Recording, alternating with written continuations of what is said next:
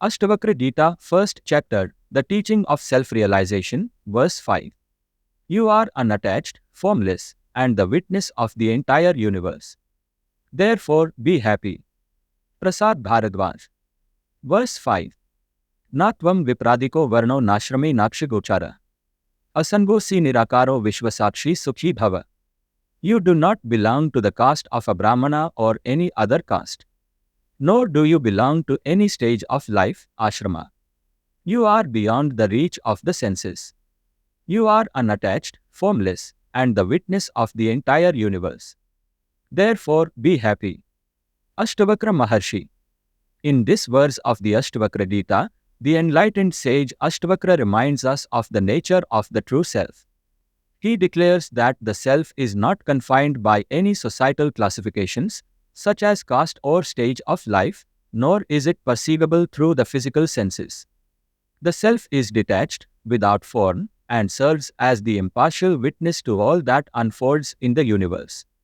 In Hinduism, all individuals are divided into 4 varnas, castes. This classification is primarily based on inherent qualities and tendencies found within each person. Vasanas, latent impressions, influence the functioning of the mind and body and are recognized as part of the entire external creation.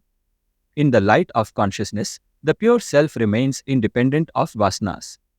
Following this classification, human lives are divided into 4 stages, known as ashramas. 1. The stage of the student is called brahmacharya.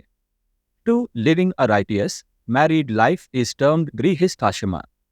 3. After experiencing life in this manner, dedicating time to penance and seeking truth under the guidance of a guru is known as vanaprastha.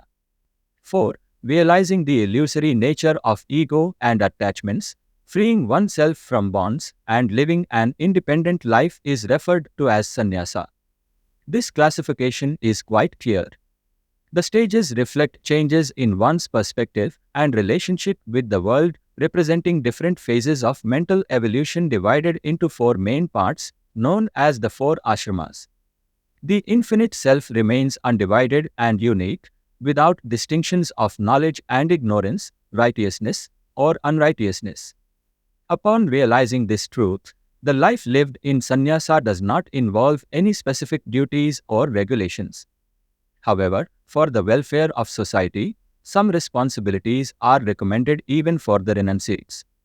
These 4 ashrama duties are not for the self or within the self. Varnashrama duties and ashrama duties are helpful in the early stages of spiritual practice, aiding in mental maturity. At this stage, the seeker still identifies with the mind-body complex. These aids help one transcend such identification. The pure nature of the self cannot be seen by the sense organs or comprehended by the mind. The self is the observer that illuminates everything.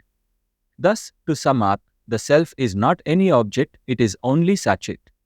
Sat means existence, that which appears to exist, and Chit means the intelligence that knows what exists. This unity, inseparably connected and interdependent, is the Satchit form of the self, which is Parabrahma. The pure self, which illumines all creation with consciousness, has no relationship with creation, just as the sun does not relate to the objects it illuminates daily. The self is not limited by anything, hence, it is formless. Existing within us as Chit, the self observes all forms as a witness. Since it observes the entire universe, it is called the Vishwasakshi, universal witness. In Sanskrit, Akshi means eye. While eye primarily refers to the seeing sense organ, the term here denotes the collective activity of all the sensory organs that contribute to the experience of perception.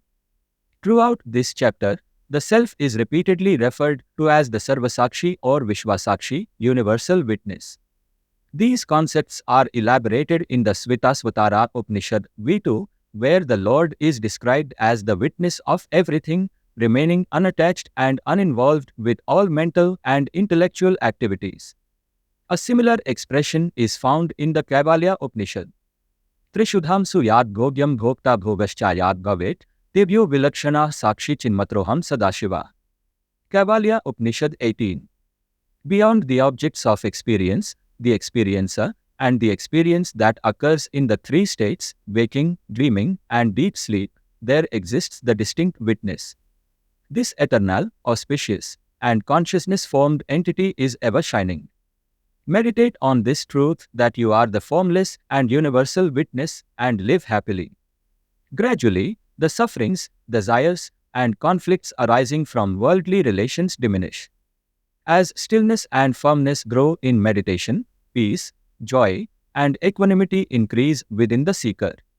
Ultimately, one stands in one's own nature of bliss. Living in the awareness of the self, recognizing one's true nature as this formless, detached witness brings immense peace and happiness. When we understand that we are not the body, mind, or social roles, we are no longer troubled by worldly sorrows, anxieties, or desires. These are seen as mere play of the mind, which do not affect the pure consciousness that we truly are.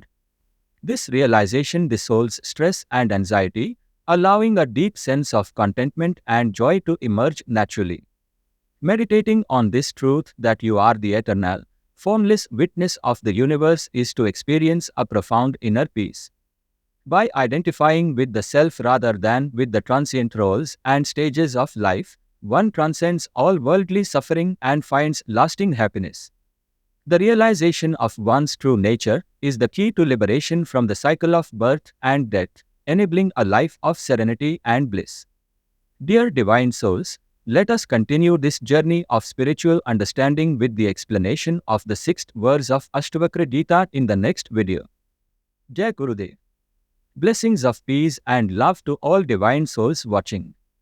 Thanks for watching and understanding. Like, subscribe and share with your loved ones.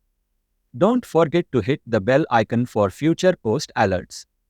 Stay tuned to Chaitanya Vijnanam Spiritual Wisdom YouTube channel for future videos. Prasad Bharadwaj.